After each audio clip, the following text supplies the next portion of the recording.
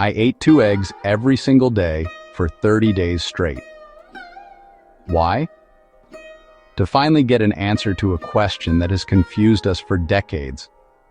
Are eggs a superfood or a heart-stopping nightmare? We've all heard the warnings. Don't eat the yolk. Watch your cholesterol. You're raising your risk for heart disease. For years, the egg has been the villain of the breakfast table, blamed for everything from clogged arteries to an early grave. The advice is a dizzying back and forth that leaves most of us completely lost.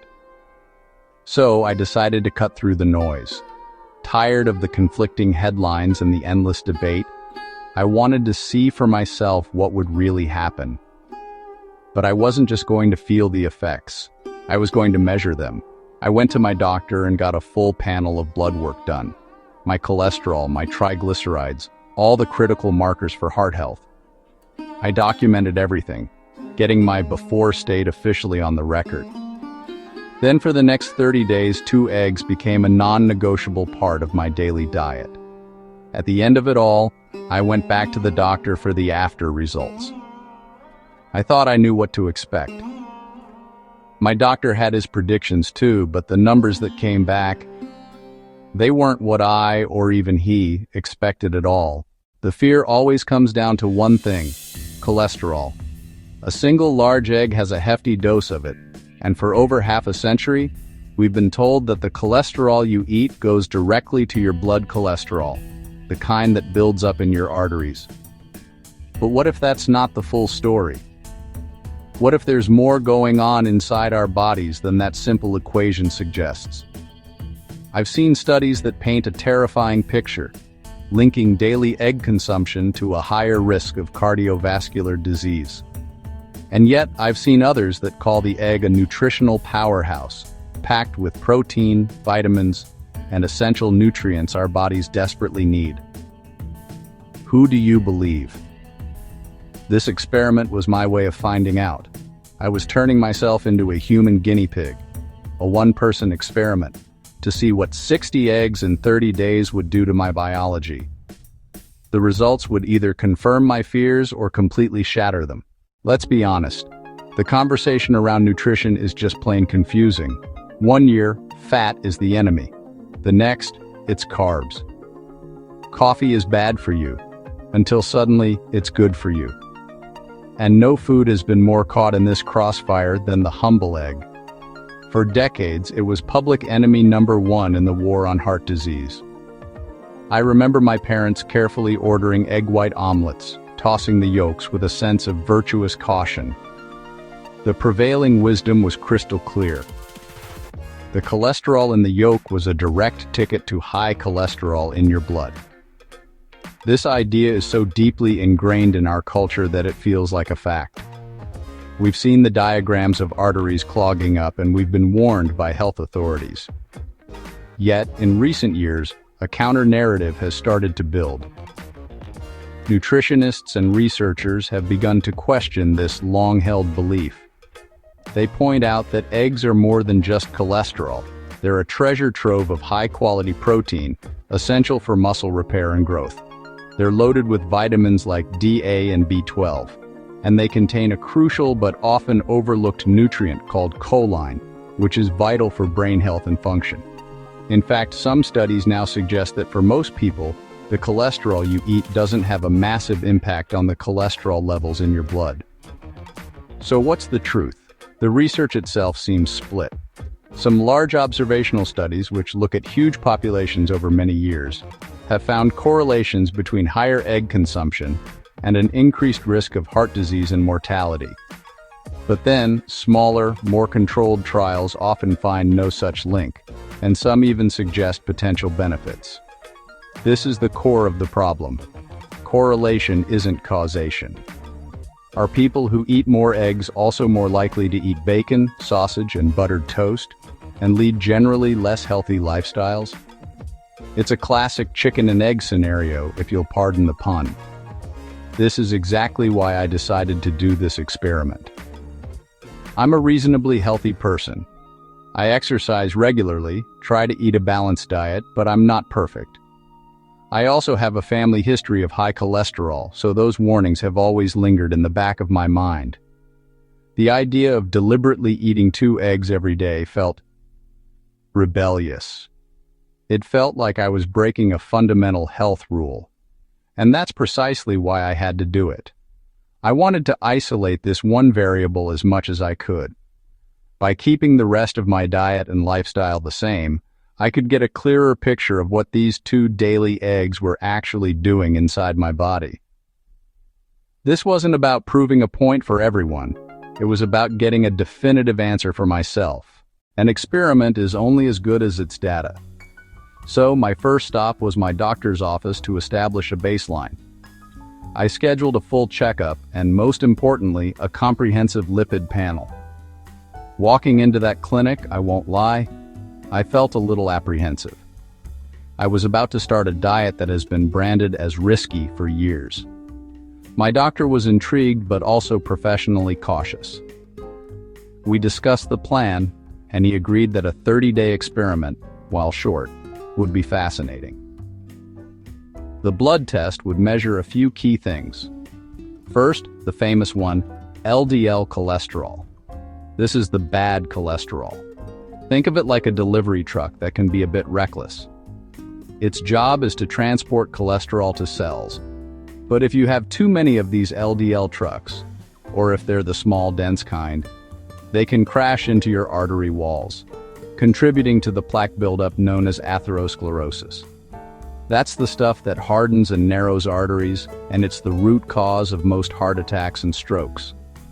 Second, HDL cholesterol, the good cholesterol.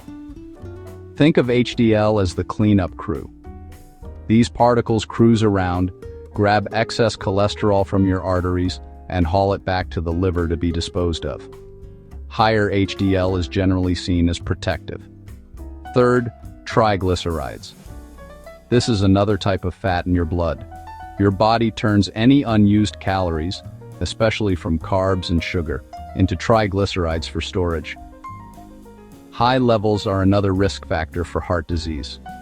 Finally, we looked at my total cholesterol, which is a measure of all of the above combined. A few days later, my before results came in. My numbers were, okay, not great, but not terrible. My LDL was slightly elevated, hovering at the top edge of the near optimal range. My HDL, the good stuff, was decent. And my triglycerides were well within the normal range. My doctor's take? While I wasn't in any immediate danger, that LDL was something to keep an eye on. His prediction for my experiment? He expected my LDL to go up. Maybe not dramatically in just 30 days, but he anticipated a noticeable increase, reinforcing the conventional wisdom to limit eggs. With my baseline numbers locked in, the stage was set. It was time to start the clock and eat some eggs. The first week was a novelty. I bought 60 eggs and put them right at the front of my fridge as a constant reminder of my commitment. For this to work, I needed to add 2 eggs a day without changing much else. I wasn't pairing them with piles of bacon and cheese, since the added saturated fats could skew the results. Instead, I stuck to healthier preparations. The first few days were simple: scrambled eggs with spinach and a side of avocado, or poached eggs on a single slice of whole wheat toast.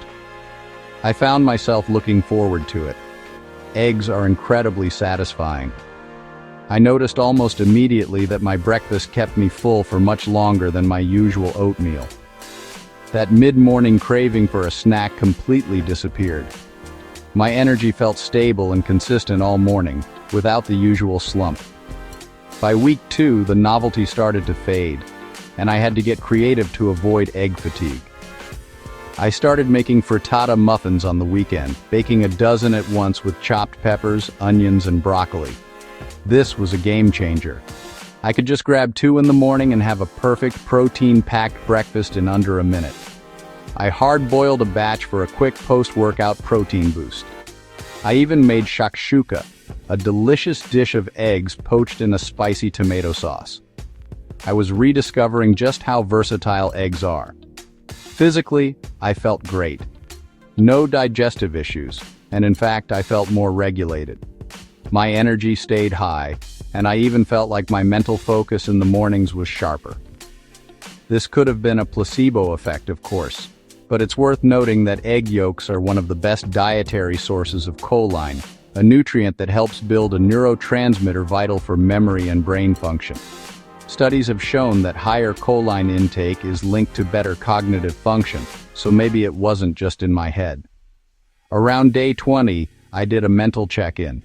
The routine was now second nature. The initial fear that I was doing something bad for my health had been replaced by genuine curiosity. I felt good. My workouts felt strong. I was full and satisfied after meals. But feelings can be deceiving. The real test wasn't how I felt, but what the numbers said. As the 30-day mark approached, that initial apprehension started creeping back in. Had my sense of well-being been masking a silent negative change in my blood chemistry? And before I reveal the results that my doctor and I have been waiting for, I want to quickly thank the sponsor of this video. Their support is what allows me to do deep dives like this and create content that hopefully helps cut through some of the noise in the health and wellness space. It's because of them that I can dedicate the time to these month-long experiments and share the journey with all of you. We'll be right back to the doctor's office for the big reveal in just a moment. The 30 days were up. It was time to face the music. I walked back into the same clinic, had my blood drawn by the same nurse, and waited. The anticipation was killing me. I'd spent a month feeling genuinely great, but the decades of warnings about cholesterol were a powerful voice in my head. What if my LDL had skyrocketed? What if my doctor was right? A few days later, my phone rang. It was the doctor's office with the results. I asked them to email the report so I could see the numbers myself before we talked. I opened the file, my heart pounding a little.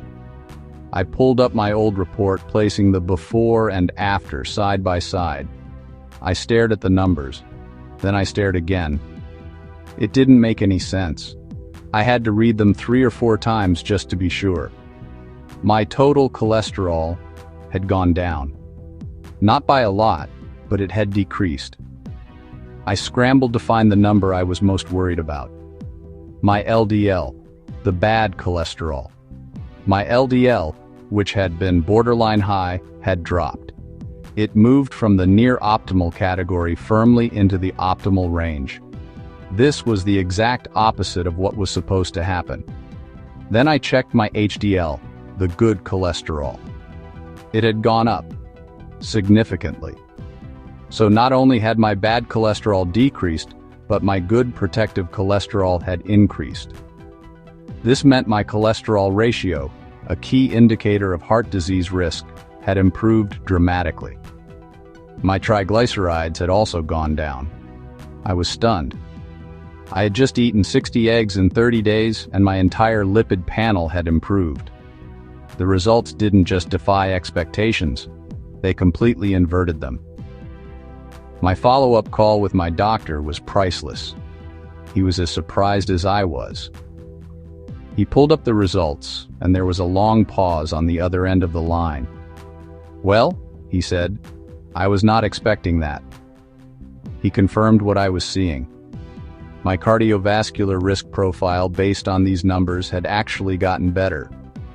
He admitted that my little one-person experiment challenged the simplistic advice that he and many other doctors often give.